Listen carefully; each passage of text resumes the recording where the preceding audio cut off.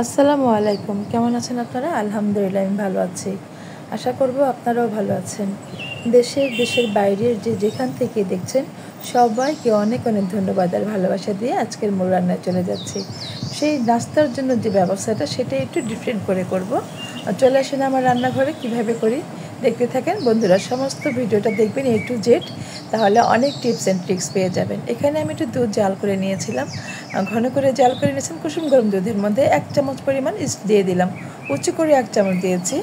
আর 2 চামচের মতো উঁচু করে চিনি দিয়ে দিলাম। বেশি চিনি খাবো না, মোটামুটি নর্মাল নানুটির মধ্যে বেশি চিনি দিলে ভালো লাগে না। তো এটাকে আমি ঢেকে রাখলাম 5 মিনিটের জন্য, বেশিক্ষণের জন্য রাখবো না। এদিকে ময়দাটা চেলে নিতে নিতে আমার ইস্ট অ্যাক্টিভ হয়ে যাবে। এখানে 2 কাপের মতো উঁচু করে ময়দা নিয়ে নিলাম। এটাকে আমি চেলে নেব। সবসময় চেষ্টা করবেন ময়দা চেলে নেওয়ার জন্য। আটা ময়দা যেটাই নেন চেলে খাবেন, তাহলে কিন্তু যেটা বানাবেন সেটা খুব ভালো হবে, বেস্ট রেজাল্ট পাবেন যদি চেলে নেন। রুটি পরোটা একটু ফ্লাফি হয়, সুন্দর হয়, সফট হয়। তো আমি এখানে একটুখানি বেকিং পাউডার দিয়েছি, 1/2 চামচের মতো একটু লবণ দিয়ে এটাকে আমি মিশিয়ে নিলাম। সেটা স্কিপ করে গেছে।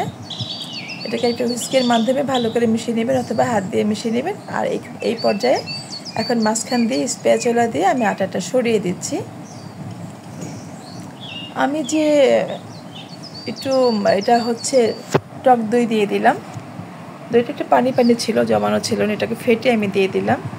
টক দই দিয়ে পরোটা বানালে কিন্তু দারুণ হয়, নান রুটি বানালে কিন্তু দারুণ হয়, সফট থাকে। বিশেষ করে আপনি 2-4-5 ঘন্টা এটা খেতে পারবেন, অনেক ভালো থাকবে। আর দিয়ে দিলাম হচ্ছে এখানে টক দইটা দিলাম, ওখানে আমি ইস্ট দিয়েছিলাম। ইস্ট আর টক দই একসাথে দিয়েই কিন্তু মাখিয়ে নেবেন।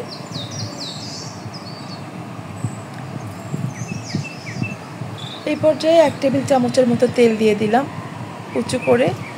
যতটুকু তেল লাগলে আর একটু দিবেন, যদি হাতে লেগে যায়, যদি মনে করেন চিটচিটে হয়ে গেছে, স্টিকি হয়ে গেছে, সেক্ষেত্রে একটু হাতের মধ্যে তেল বাড়িয়ে নিলে কোনো সমস্যা নেই।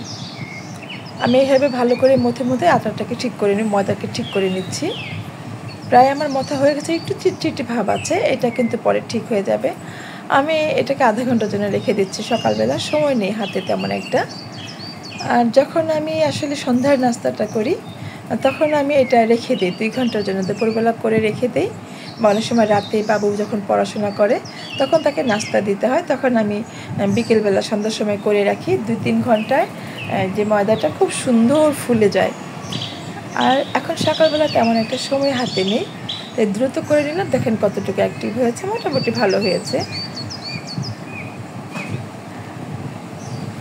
এখন আমি এটাকে একটু ভালো করে আটা দিয়ে মথে নেব, সুন্দর করে সফট করে মথে নিতে হবে। এই মথাটা কিন্তু সুন্দর হওয়া দরকার। যতটা সুন্দর করে মথে নেবেন ততটাই পরোটা আপনার বা নান রুটিটা আপনার সুন্দর হবে, মজা হবে। আমি 2 কাপ ময়দা নিয়েছি, এতে করে আমার প্রায় 6টা নান রুটি হবে। 3টা এপাশে 3টা এপাশে 3টা, হ্যাঁ 6টা হয়েছে। তো এইভাবে সুন্দর করে মথে নিয়ে গোল গোল করে আমি রেখে দেবো প্রায় 5 মিনিটের মতো। আমি কিন্তু সবসময় রুটি বেলার সময় 5 মিনিট রেখে দিই, এতে করে বেলতে সুবিধা হয়, ছোট হয়ে আসে না, রাবারি হয়ে আসে না। এটাও আপনারা চেষ্টা করবেন যখন পরোটা বানাবেন, এইভাবে গোল শেপ দিয়ে 5 মিনিট রেখে দেবেন। এতে করে দেখবেন আপনি রুটি বেলতে অনেক সুবিধা হবে, আপনার ভালো লাগবে। দেখেন কতটা ফুলে গেছে। এই পর্যায়ে এখন আমি পরোটাগুলোকে বানিয়ে নিব। পরোটা না, সরি, গোল করে বানাবো, নান রুটি বানাবো।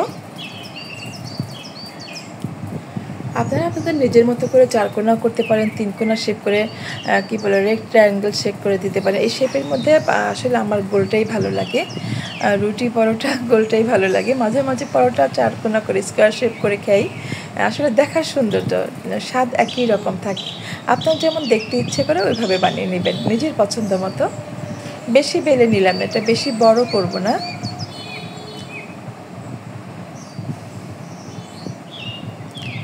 মোটামুটি আমার রুটিগুলো বেলা হয়ে গেছে, আমি একটা ট্রেতে নিয়ে নিলাম। দেখেন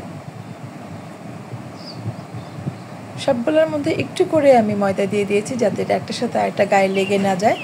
এতগুলো পরোটা একসাথে রাখলে কিন্তু একটু একটু ময়দা দিয়ে রাখবেন, তা না হলে কিন্তু লেগে যাবে। মিডিয়াম আঁচে আমি ভাজতেছি। এখন প্রথমে এটা তাওয়াটা হাই হিটে গরম করে নিয়েছি। তারপর যখন ভাজবেন তখন কিন্তু মিডিয়াম টু লো হাই আঁচে দিবেন, মিডিয়াম টু হাই আঁচে দিবেন, নট লো আঁচে, মিডিয়াম টু হাই আঁচে দেবেন। একেবারে হাই আঁচে দেবেন না, তাহলে পরোটার কালারটা নষ্ট হয়ে যাবে, পুড়ে যাবে, ফুলতে পারবে না। এই সময়টুকু দিতে হবে। আর আমি এখানে বাটার মেল্ট করে একটু ধনেপাতা দিয়েছিলাম কুচানো করে। এখন ব্রাশের সাথে বাটারটা আর ধনেপাতাটা লাগিয়ে দিচ্ছি। এতে করে আমার এই নানটা প্রায় 5 থেকে 6 ঘন্টা সফট থাকবে, একেবারেই সফট থাকবে। আমি একটা হটপটে রেখে দেবো, বাট অনেক সফট থাকে। এভাবে করে খেয়ে দেখবেন, নান সারাদিনও শক্ত হবে না। আমি প্রত্যেকটা নানের মধ্যেই বাটার ধনেপাতা লাগিয়ে নিয়েছি। বাটার ধনেপাতা দিয়ে নান খেলে কিন্তু দারুণ লাগে, আপনারা খেয়ে দেখবেন, দারুণ টেস্টি হয়। আর এটার সাথে খাওয়ার জন্য আমি গিলা, কলিজা, মুরগির যে উইংস থাকে এগুলোকে ভালো করে ভুনা করে নিয়েছি আলু দিয়ে সম পরিমাণ।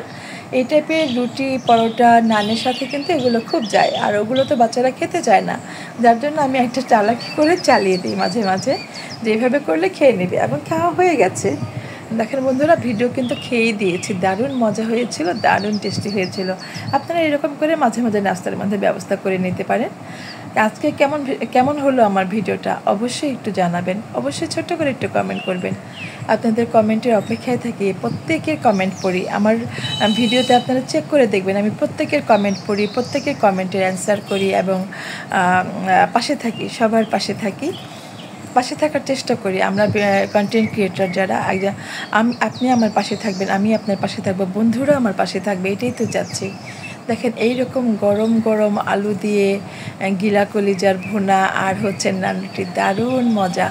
আমি বলবো আপনার, আমি গলা, তারপরে পাখা যেটা বলে উইংস, সব কিছু নিয়েছি, দারুণ টেস্টি হয়েছে, দারুণ মজার ছিল। আসলে এইগুলো না আমরা মুরগির সাথে তেমন একটা খাওয়া হয় না, যখন মুরগির মাংসটা রান্না করা হয় এগুলো রেখে দিলে আপনি ধরেন একটা সময় নাস্তাটা করে নেওয়া যায়।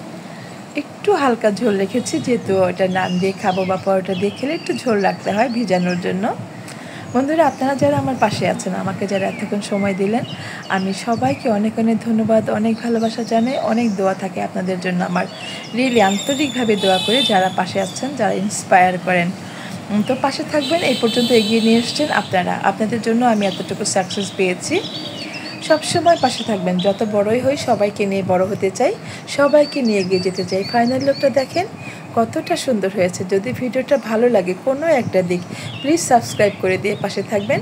পাশে থাকা বেল বাটনটি একটু প্রেস করে দিবেন, যাতে যখনই নতুন নতুন ভিডিওগুলো আপলোড করব সেটার নোটিফিকেশান সবার আগে আপনার কাছে পৌঁছে যাবে। ফাইনাল লুকটা কেমন হয়েছে? দারুণ হয়েছিল কিন্তু, নিজেরটা নিজেই তো বলতে হবে, কি বলবো বলেন, সেই নিজের ঢোল নিজেকেই পিটাতে হয়। আমি তো খেয়েছি, খুব মজা হয়েছে। আমি বলবো আপনারা এইভাবে করে খাবেন, খুব সহজেই কিন্তু এইভাবে নান রুটি আমরা বাসায় করে খেতে পারি, তাই না? যারা এতক্ষণ পাশে ছিলেন সবাইকে অনেক অনেক ধন্যবাদ আর ভালোবাসা দিয়ে আজকের মতো বিদায় নিচ্ছি। আমি মিনা, দেখা হবে এবার নতুন কোনো ভিডিও রেসিপি নিয়ে। সেই পর্যন্ত আপনারা সবাই ভালো থাকেন। আল্লাহ হাফিজ।